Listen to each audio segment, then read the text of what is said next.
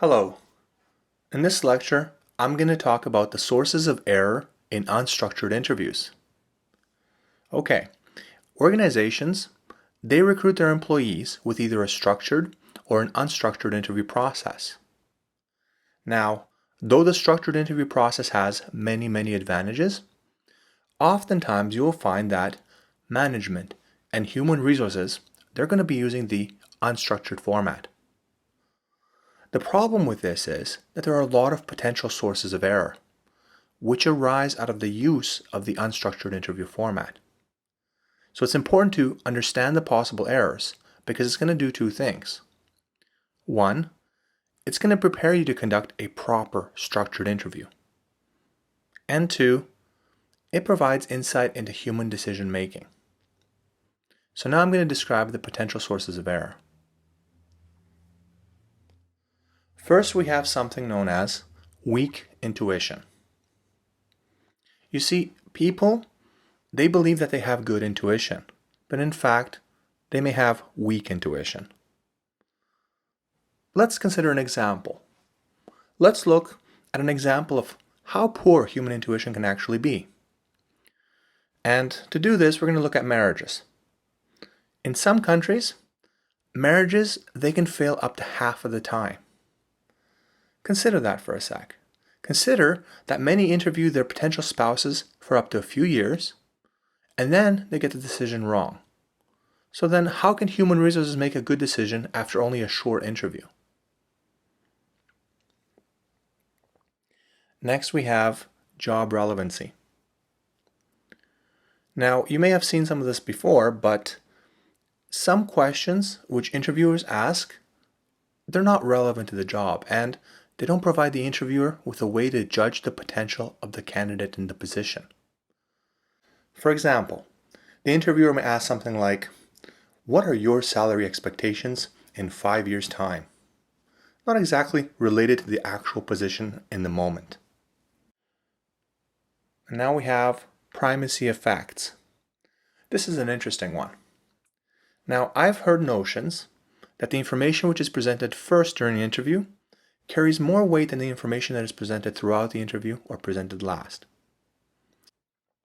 The manager should make periodic judgments about the candidate, perhaps after every single question, and then should average those results, and that's going to be making for a far more valid evaluation. Okay, another interesting source of error I refer to as comparison effects. You see, people, they make a lot of comparisons in their everyday lives. And comparison effects, it has a lot to do with judging by differences or judging by contrast. Sometimes managers will judge a job seeker's interview based on the performance of the previous candidate. So it is likely that a job seeker will be judged more poorly if they are interviewed right after a great or excellent candidate.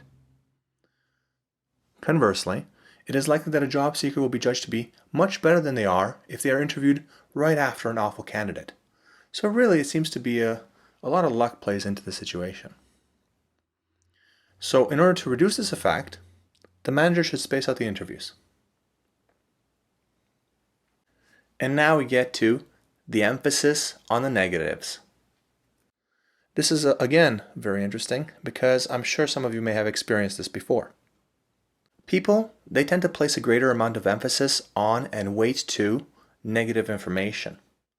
This is a little bit unfortunate, but it seems that positive and negative information, they're not treated equally. This can be seen in job interviews, where many job seekers, they'll gladly provide a lot of positive answers, but they'll be scared and afraid to provide one negative answer. Their fear is that one negative response will likely cost them the job. And their concerns are pretty valid. You see, in order to get an accurate picture of the candidate, a manager, they should employ computer-based interviews. It seems that people are more honest with computers and more willing to share negatives through the computer medium. And now we get to another effect that is based on luck, and that is interviewer-job seeker similarity. It seems that interviewers will evaluate a job seeker that is similar to them higher on a rating scale over a job seeker which is different or dissimilar. So being like the person that is interviewing you is an advantage. And again, seems to be based on luck. And now I'm getting to job seeker appearance. Again, this is interesting because some of you may have already had experience with this and heard from others about this. Now, the appearance of a job seeker will influence the score they will receive from the interviewer. It is known as the appearance bias. A lean applicant will actually receive a higher score than an overweight applicant. An applicant which dresses well will receive a higher score over one that dresses poorly. An applicant who is attractive will get a higher score over an average or an unattractive candidate. These things are very unfortunate and expose the faults in human hiring. And the last effect I'm going to be talking about are physical cues. Again, it can be a little bit out of the control of people, but it's very common. There is a correlation between nonverbal communication and the ratings which an interviewer assigns. Basically, a lot of communication we do is nonverbal. There are multiple levels of communication, and the nonverbal carries a lot of weight. Rather than making decisions on substance and knowledge communicated, decisions can be made on non-tangible and invisible forces. With the application of a structured interview, this effect can be reduced.